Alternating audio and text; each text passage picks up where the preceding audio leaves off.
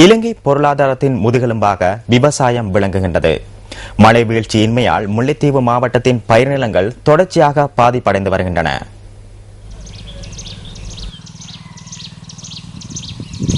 மழையை நம்பி விவசாயத்தில் ஈடுபடும் விவசாயிகள் கடந்த சில தினங்களாக தொடர் வறட்சியின் காரணமாக தற்போது செய்வதறியாத நிலையில் உள்ளனர். யுத்தத்தில் அனைத்தினையும் இழந்து விவசாயத்தை மாத்திரம் ஜீவனோபாயமாக கொண்டு தமது வாழ்வாதாரத்தை கொண்டு நடத்தும் விவசாயிகளின் எதிர்காலம் கேள்விக்குறியாக உள்ளது. வடபகுதியில் இருபோகங்களாக நெற்பயிற்சியை மேற்கொள்ளும் பகுதிகளாக முல்லைத்தீவு, கிளிநொச்சி ஆகிய மாவட்டங்கள் விளங்குகின்றன. நெற்செய்கையோடு மரக்கறி பயிற்சியையும் விவசாயிகளால் மேற்கொள்ளப்பட்டு வருகின்றது. தற்போது பயிரிடப்பட்ட பெரும்போக நெற்செய்கை பாரிய பாதிப்புக்குள்ளாகியதுடன் நீர்நிலைகளிலும் நீரின் மட்டம் வெகுவாக குறைவடைந்துள்ளமையால் மரக்கறி பயிர்களுக்கு பாதிப்பு ஏற்பட்டுள்ளது. இதேவேளை கடன்பட்டு விவசாயத்தில் ஈடுபடும் விவசாயிகள் தமது கடனை அடைக்க வழி தெரியாது திண்டாடுகின்றனர்.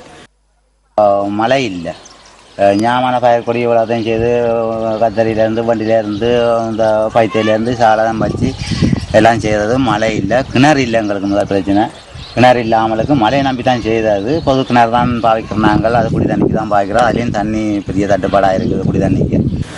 பெருமளவு பணத்தினை முதலீடாக மாற்றி விவசாயம் செய்யும் விவசாயிகள் இம்முறை பாரிய நட்டத்தினை எதிர்நோக்கியுள்ளனர்.